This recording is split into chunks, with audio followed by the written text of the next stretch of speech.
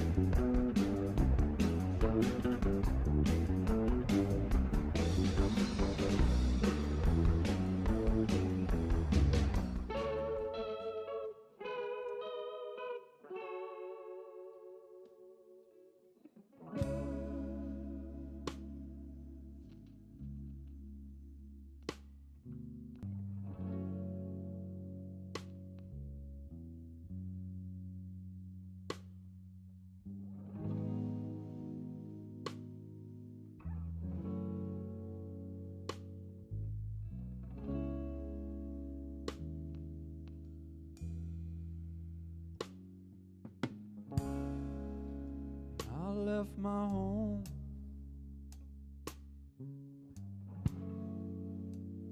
many years ago. I left my mother alone. I left my mother alone. The road is cold. My bare soul.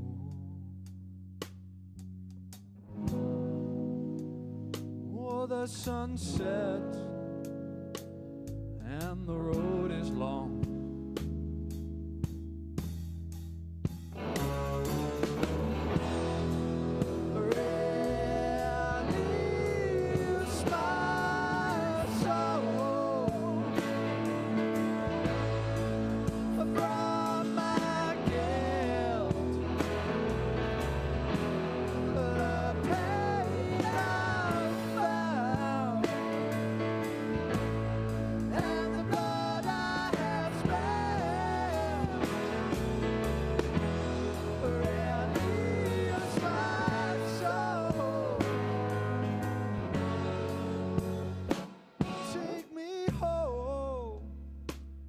Found a church and I rapped on the door.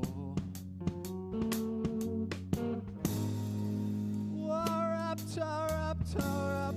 rapped till my knuckles were numb.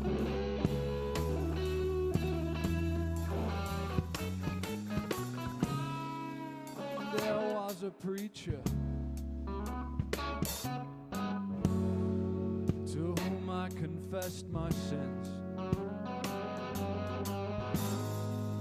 Before the Lord, I confessed my sins. Release my soul from my guilt.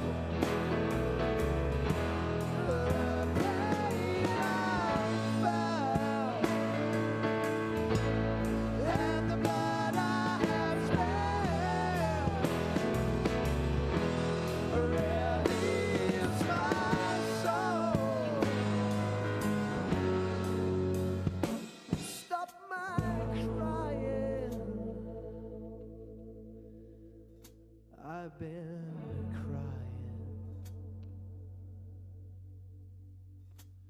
I've been learning the world. Watched it turn and turn in a whirl. I've been running and losing my pace.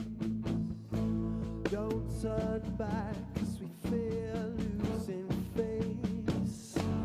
I could fall into your arms, tell you what I need, but tell me, oh, what could I do me?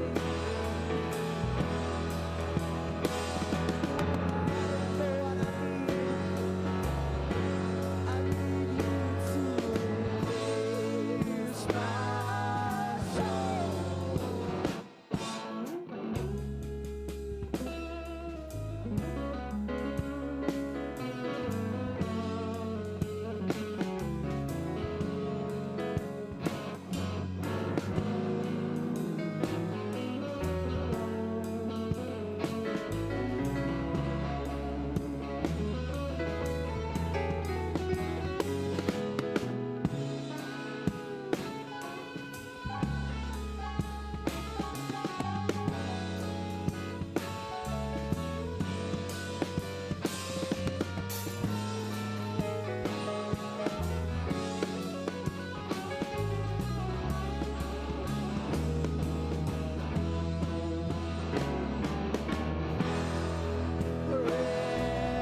release my soul from my guilt, the pain I found, and the blood I have spilled. Release my soul.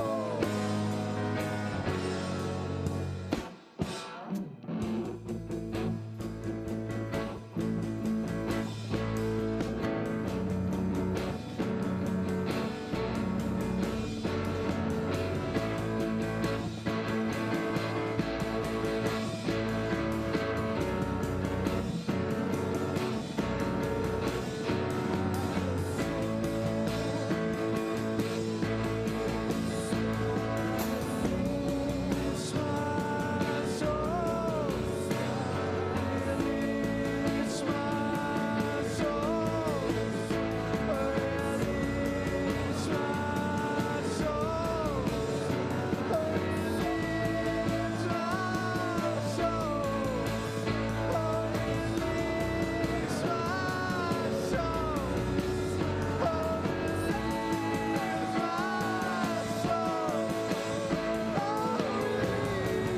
my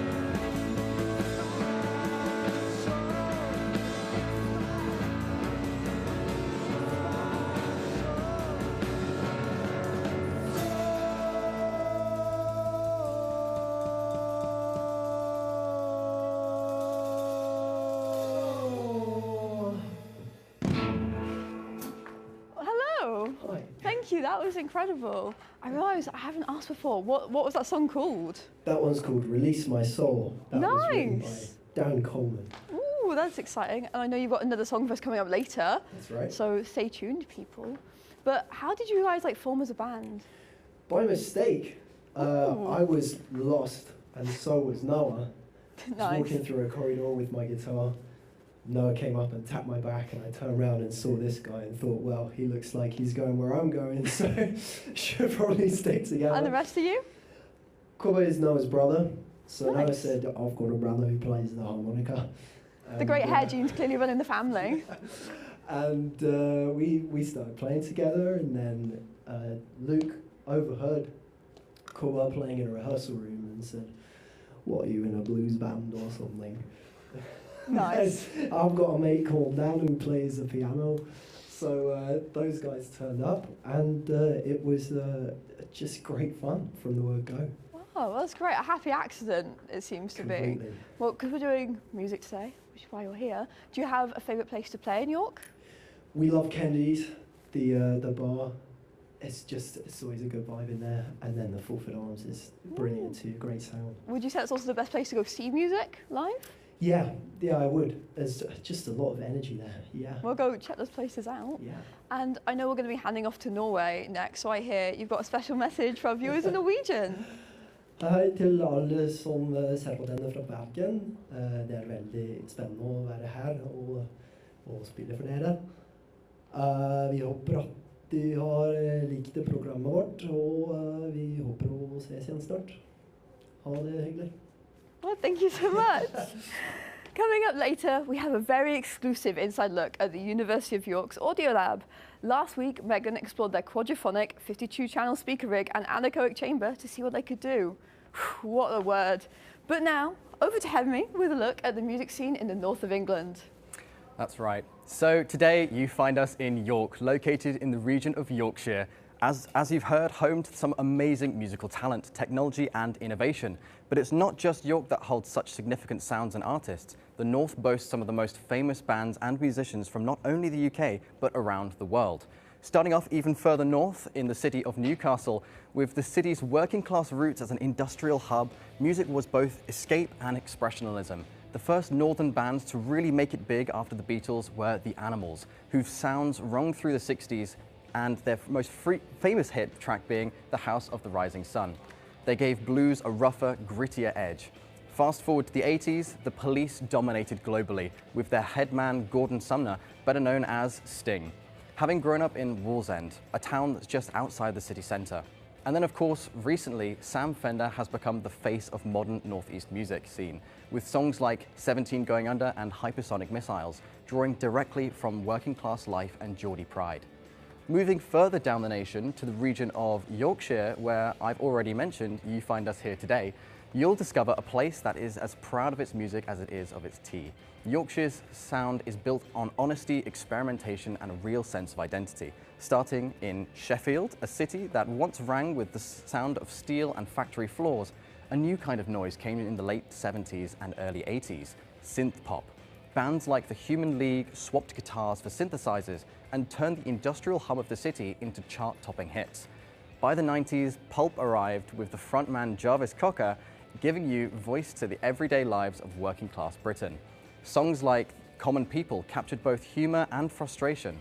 The city of Leeds was also active, producing post-punk icons like Kaiser Chiefs, who brought energy, anger and sing-along chaos to the 2000s indie scene, famously with I Predict a Riot and Ruby. And then, of course, back to the Sheffield came Arctic Monkeys, four lads who turned tales of nights out and northern youth into international anthems, such as I Want to Be Yours and 505. It's a region that's always fond of poetry in everyday rhythm in the rain and melody in the machinery. And just across the Pennine Way, the Pennine Mountains, we arrive in Manchester, a city that has never been afraid to reinvent itself. In the late 1970s, bands like Joy Division and later New Order turned Manchester's grey skies and concrete landscapes into music that was both emotional and experimental.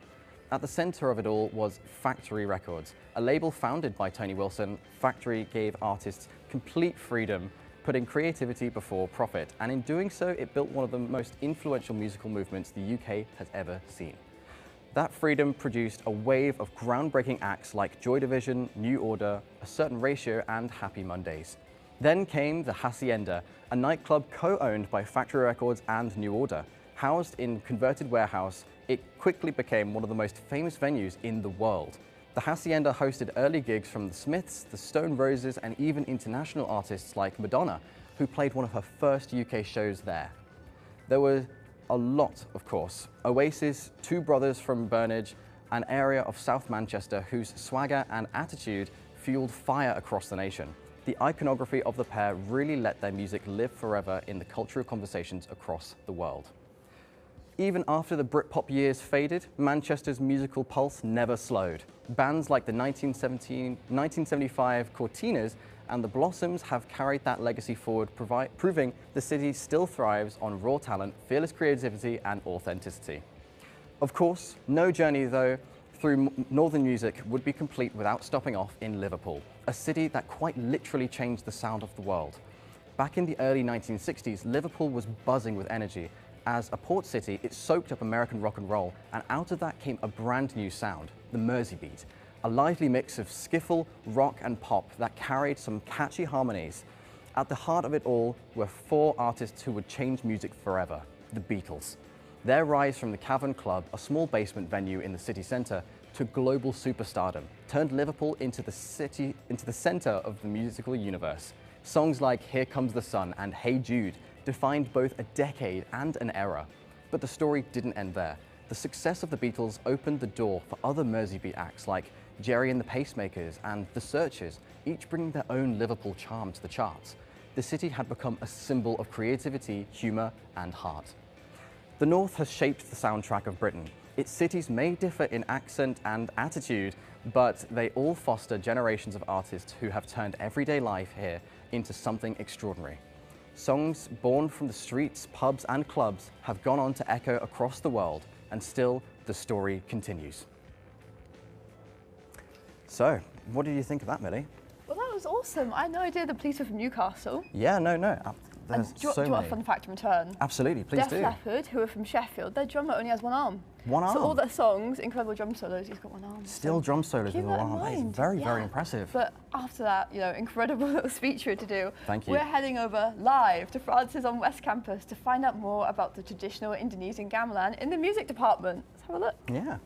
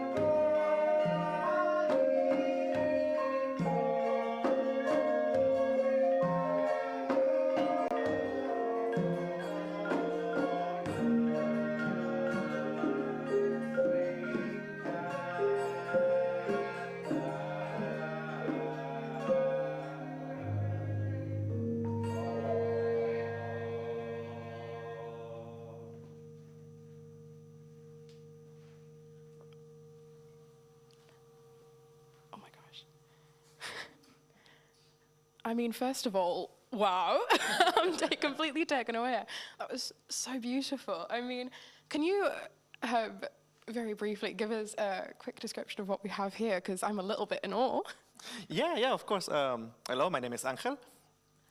Welcome to the room of gamelan sekar petak. This is a set of instruments from Central Java in Indonesia. This is a double set, actually, so it's technically you have two sets of instruments in two different tunings. And generally the way it's structured is you have the instruments here in the middle that follow the main melody that everybody else will follow. The instruments here at my back, they're punctuating instruments. They help us know where we are in the different cycles of gamelan. And over there in the corner, we have the bonangs. They start developing a bit of the melody.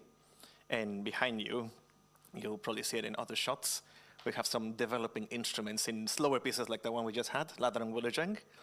They are kind of the main show. They showcase all of the, what we call the inner melody of the songs. And of course, you have the lovely human voice that is very important also for gamelan. It's very beautiful. Could you just tell us a little piece about, is it Ladrang Wilujeng? Yes, Ladrang Wilujeng. It's a very special piece to us. It's literally the first piece that was played in this set of instruments when it was first assembled to play together.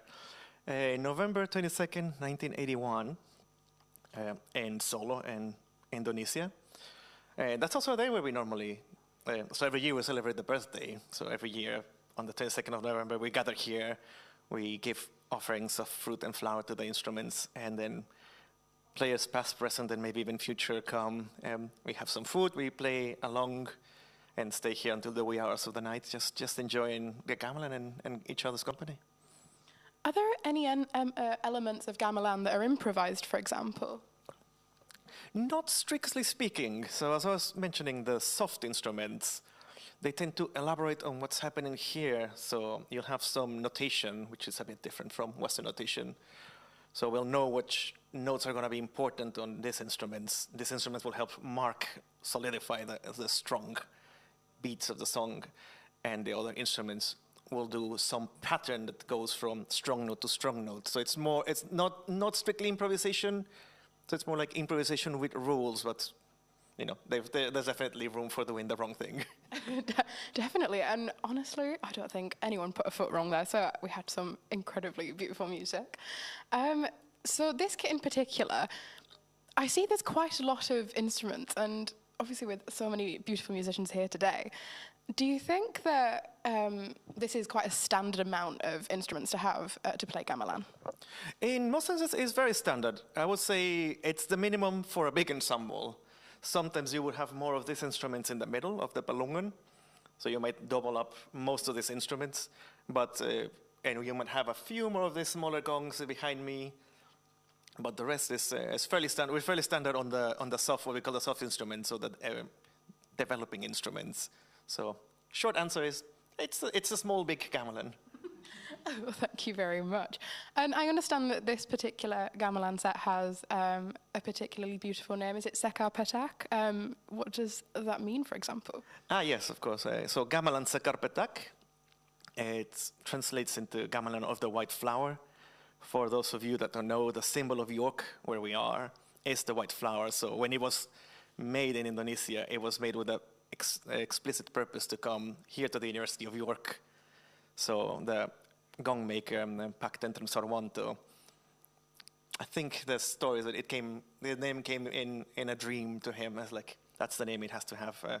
There's a York, there's a white flower, a white rose, so let's, for poetic reasons, they decided to go for white flower rather than white rose. So Sekar Petak, white rose, white flower. It's a very beautiful name for, as I say, I think I've preached many a time now, a very beautiful set of instruments and beautiful piece of music. I was wondering if you would possibly give me the pleasure of learning how to play one of these instruments? Yeah. Thank you. Very easy. Hopefully I can do it justice. Yep. Sit here.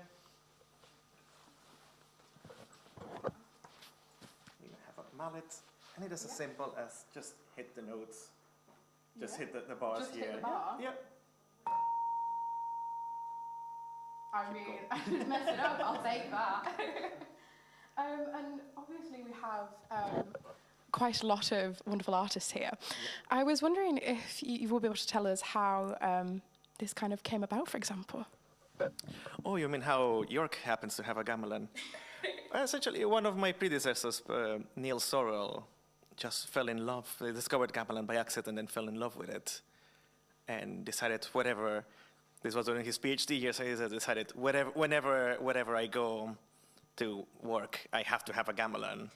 So we just were very lucky that York is a place that he decided to come to and push really hard to get a gamelan set. Yeah, this is the oldest Japanese gamelan in the country that was purpose-built to be in this country. That's absolutely amazing. And before you play us out with another beautiful piece of music, how does it feel to play gamelan? I mean, I've done a little bit of the reading, thank you very much for, and I understand that gamelan is played with the intent of unity and harmony with all the instruments playing together. How does that actually feel to do? I mean, the short answer is feels fantastic. It's just lovely. It's just a lovely feeling. One of my gamelan teachers expresses how gamelan is in a way of, it's not about a bunch of musicians playing a bunch of instruments, but it's a group of musicians playing one giant instrument. So one way to look at gamelan is you're not an individual. There's a bit about letting go of the ego, letting go of the individuality, while some instruments might require a bit more study to master. And by the way, in this room we have people literally that have had, this is their second time in this gamelan room to having been here for 20 years. So it is very, very nice to come in, start playing, and then you can go really far in their playing. That's just beautiful. Obviously with so many beautiful, amazing artists, would you compare it to kind of being in an ensemble or an orchestra, that kind of thing? Is it different from that? I would say it's more like being in a band, like in a rock band. I think, again, well, it depends on your rock bands, but there's slightly less ego than there could be in an orchestra, and for the most part, less of small groups practicing by themselves. So usually, most of the practice tends to happen all together. It's very beautiful. Thank you so much for having this amazing interview with us. And I believe you're going to play us out with a song now? Yep. Let's go and play some music. Well, thank you very much. I would just like to briefly thank the music department at the School of Arts and Creative Technologies here at the University of York. Thank you very much.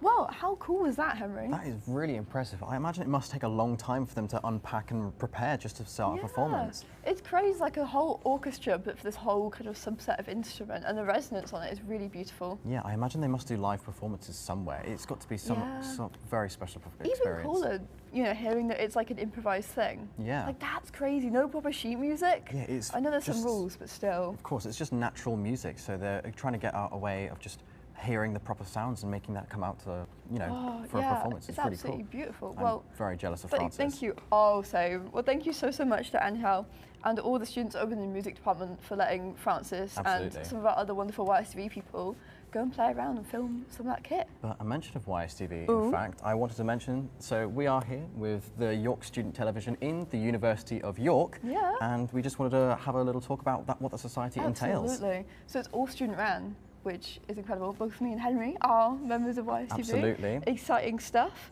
Yeah, we get help a lot of the time from the Arts and Creative Technologies department here at the University of York. So there's a lot of support that we get to produce all these broadcasts.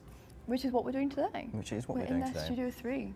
Yeah, York Student Television is actually one of NASTA's best broadcasters for 2025. Ooh. So TV student television run completely by students. It's very, very impressive that we've got such awards. Do more stuff than just that. That's true, we do a lot more. Game shows, music shows, like we've just had, reports, documentaries, as well as short films written and directed, all by students. Yeah. How cool. As an award-winning best broadcaster for things like dramas, drama golds, and others for comedies and post-productions, it's very impressive. As well as technical achievements such as Roses, which is an incredible feat that we pull off every year. Yeah, very impressive. But also we have the Arts and Creative Technologies. Yeah, they have been very helpful. As we said earlier, we are currently in the Studio 3 with all our wonderful equipment. So thank you so much for letting us use all of this for today. So yeah, it is very kind of them to allow us to use I think that's Arts and Creative Technologies. So they do a whole range of degrees, including film and television, of course. Yeah. But then there's also theatre, interactive media, business of the creative industries. There we go, as well as like a whole host of master's degrees. There's so many. So it is very, very. check them out. Yeah, it's very impressive what we're able to do as a student television and what we've been able to be provided as well. It's very, very helpful, and we are so grateful to have done that. Absolutely.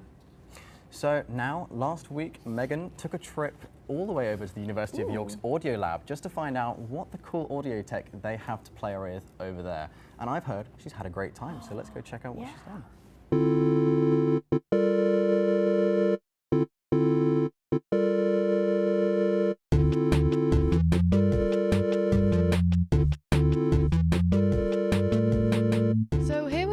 University of York Audio Lab. We're here to talk to one of the lecturers about some of the cool technology that they've got here, and hopefully we'll get a demo or two. And so yeah, it sounds really interesting. Let's go inside and have a look.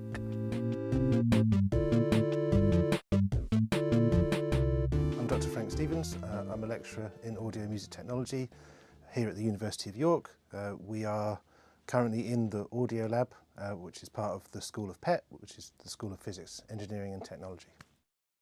What we're going to do here today is we'll be exposed to some of the exciting stuff that we do as part of our research and teaching. So we're going to look mainly at our big listening rig with a lot of loudspeakers forming a sphere that we use for different spatial audio things.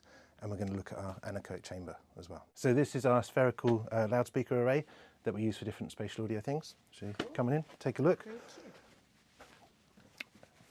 So there's a lot of stuff in here. The main thing of interest, we have 50 loudspeakers arranged in a sphere around this central listening position, which we can use for the playback of different recordings as a spatial audio experience. You can also see there are some cameras up and around for a motion tracking system. So one of the things that we use this rig for is for delivering this spatial audio over loudspeakers with delivering it over headphones. Okay, and that's what you'll experience in a bit. One thing that we need in order to make that work effectively is to track the position and rotation of the listener's head so that we can create a realistic sound field for them.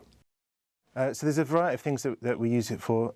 Some of it is just about testing out new spatial audio technologies. As I mentioned, it's also used for comparing delivering spatial audio over headphones to create binaural audio experiences, but we have a reference for that with this loudspeaker rig. We also sometimes have students use it for mixing music in spatial audio formats. So that's probably a fair summary of the things. There's a lot of different research projects that we have. So we have a whole load of PhD students working on different projects that will do different things, looking at all of the above. So. Spatial audio technology has come a long way. Monophonic audio became stereophonic. There were even experiments with quadraphonic audio. But the most immersive audio comes from all around us. As the world evolves and we move into a metaverse, we are able to create immersive soundscapes that mirror reality. And better still, those that enhance it. Behind me is our anechoic chamber, which we're just about to go into. It's a space where you can record any sounds that you want with a completely dead acoustic with no reflections or anything. So let's go on in. Yeah, after you.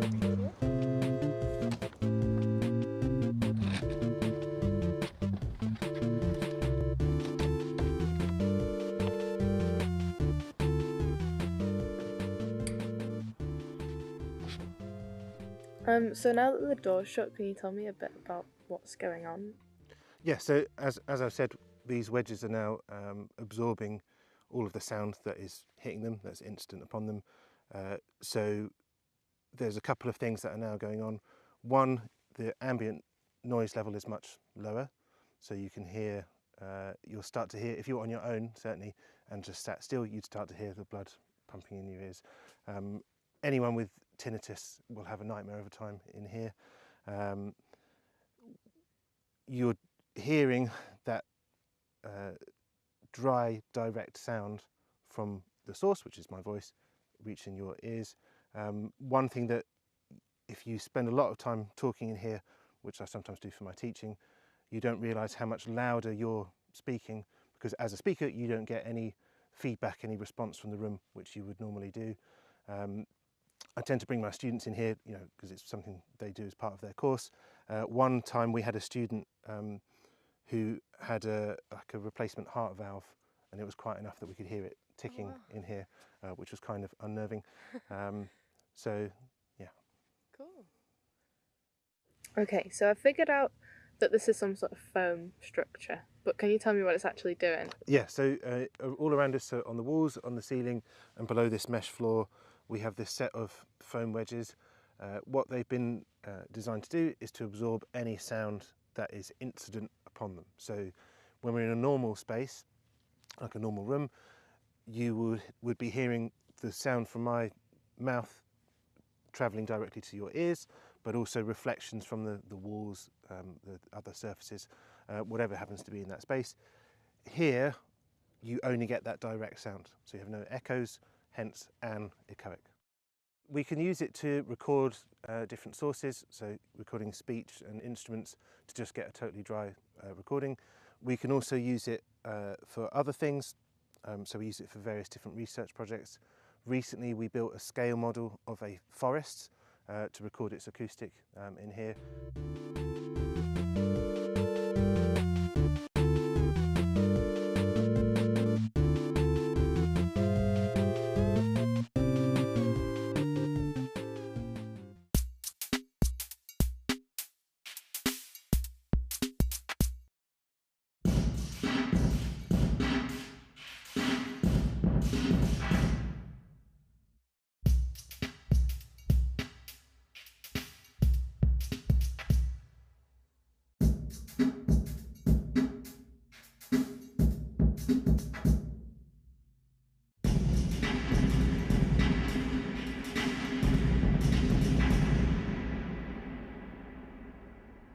A balloon has appeared. What is that for? The reason I got a balloon is it gives us a really clear way of demonstrating just how dead the acoustic is in here. Oh, cool. So I'm gonna pop it. That is not how I expected it to sound.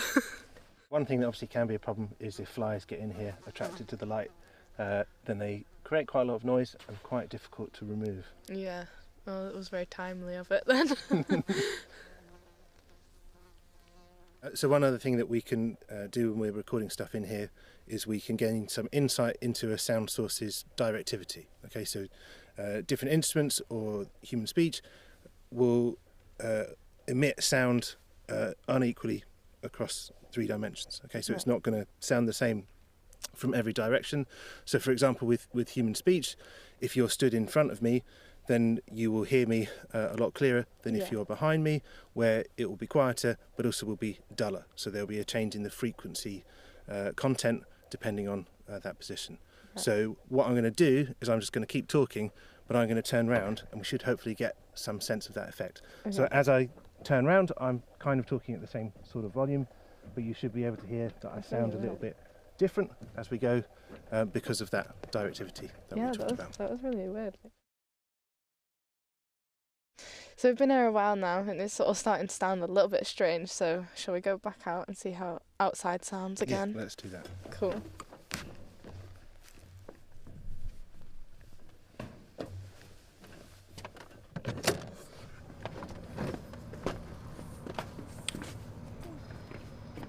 Lots of noise.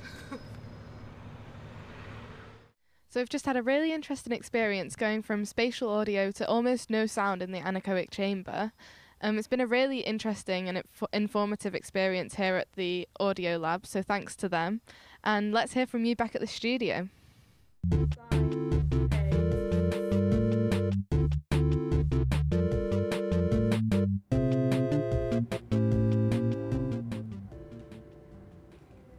Well, thank you so much to Frank and Andrew from the Audio Lab for letting us poke around in their really cool facilities. I mean, how amazing was that? And they were really cool, weren't they? You could see the quadraphonic multi-audio. With the speakers, Absolutely. I'm just imagine watching a movie in there. Surround Wouldn't that be so sound much to the cool? max. Yeah, it'd be like a next level version of an IMAX film. And I was just wondering, say if you were to play a video game, perhaps the kind of immersion you're going to get from that is next level. Like the sounds we heard is incredible. Just imagine, say you were going to go for VR, so virtual reality. Yeah, I was thinking about that. Wouldn't you get motion sick? Maybe that's a silly question, but because all the sounds, but you're still just seeing one place. Honestly, you're probably right. It's one of those things where the kind of immersion you're going to get from sound coming from all around you, it's one of those things that is going to get you super immersed. Especially because of all the places it can replicate. Yeah, absolutely. I thought it was so funny. It was normal things like drums, Central Hall of Forest, and then it was Terry's Chocolate Orange Factory. I was like, of course, I love that. Very impressive that they're able to synthesize sounds of literally any place. Yeah. And what this brings me back to is, for example, animation. So if you're going to go into an animated movie,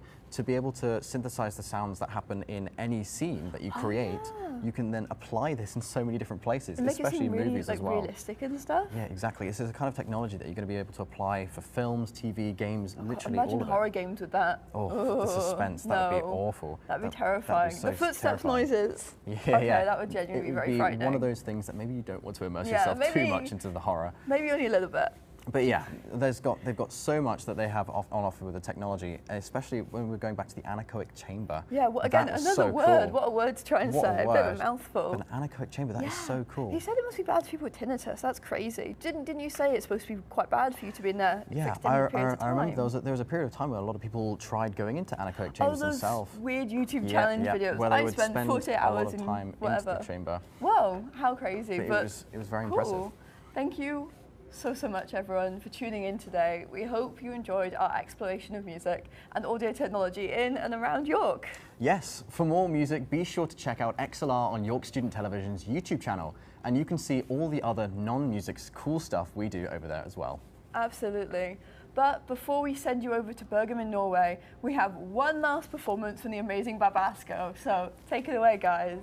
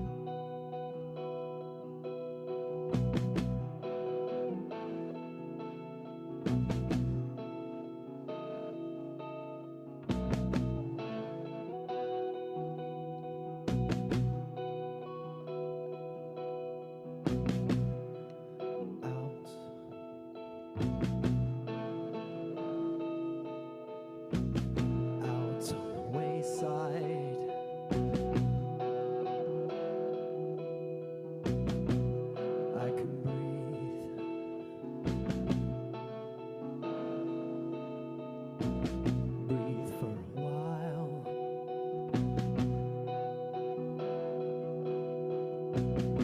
Watching the cars go by, the changing face of the wheel, the changing colors of their coats in the corner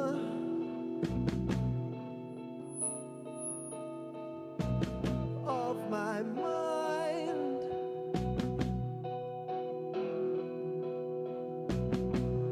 There's a place, oh, there's a place where you and me could be you and I.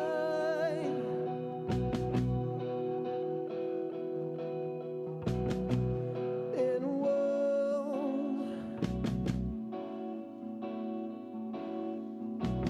where we're alone.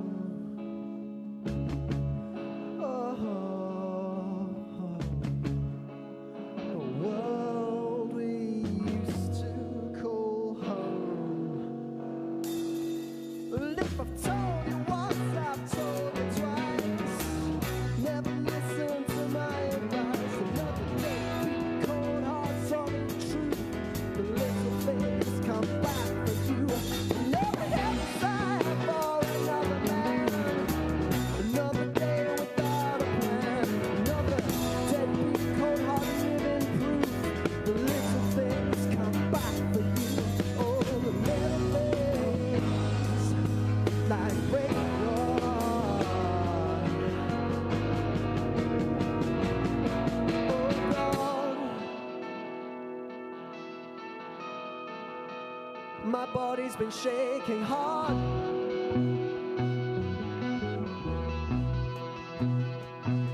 Sleepless nights and working days. Something's tearing me apart.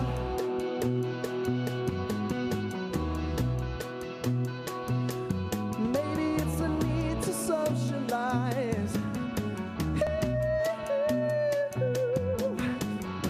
All that lost look in my mother's eyes are just a need to call your name. And if I said it once, I'll say it again. Just making yourself my friend. Another deadbeat, cold-heart living proof. The little things come back for you. Another heavy drink, another heavy load. Another day without a load. Another deadbeat, cold-heart living truth. Little things come back for you. Oh, the little things, yeah, like break your heart. Oh.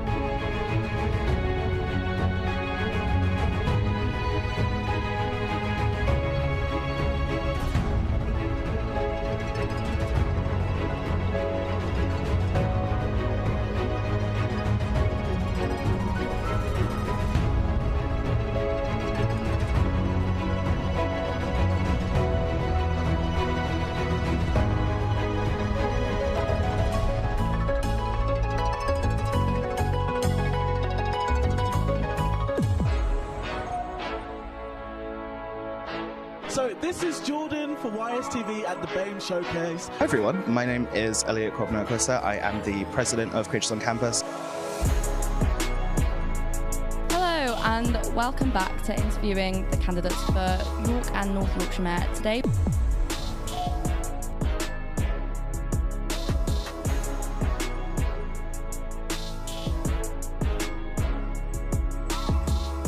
Welcome back everybody to USU election results night. Hello, and we are here at the York Racecourse reporting on the York Central and York Outer general election results. Thank you very much for being here on this sad day, but what will be also a joyful celebration of his life, won't it? He was such an iconic figure here, so popular with students. He had more followers than the uni at one point. There was always news on the Longboy account as well as to where Longboy exactly was. Yeah. So it's like a pilgrimage.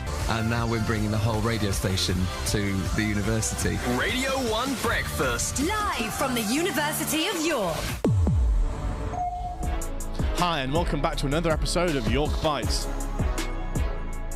To YSTV Reports. Today we're outside Central Hall where protesters, as a part of the York Palestine encampment, are protesting outside Central Hall. We are YSTV and we're here at Summer Ball 2024!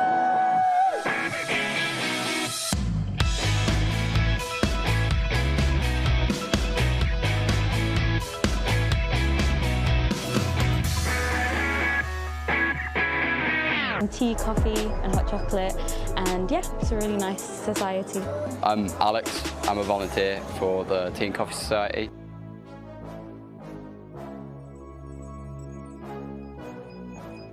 Hello, we're YSTV Reports. We're here at the York Marathon 2024. Everyone's getting ready now, everyone's getting warmed up. It's starting at 9:30 and everyone's raring to go.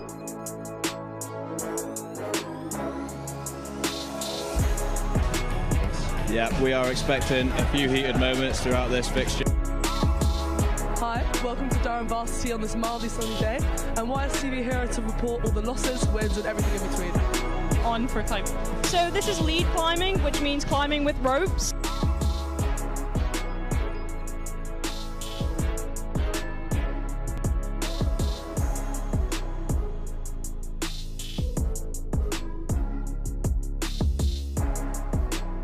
I'm here with Elsie Franklin after her amazing XLR set here on XLR Unplugged. Elsie, thank you so much for playing. Have you ever wondered what time fish wake up? Yeah, I would say I have. Well, today we're at the Deep in Hull to find out more. I've drawn an LNER Azuma class rolling stock.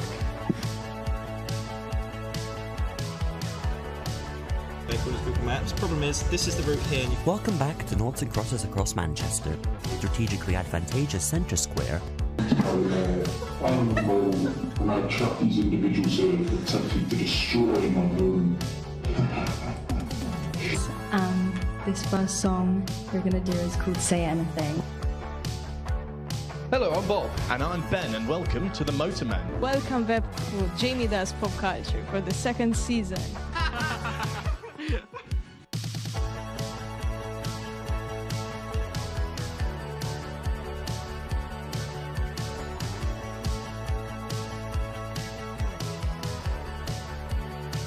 Hello and welcome to Digital Footprint. Today we're going to do an Instagram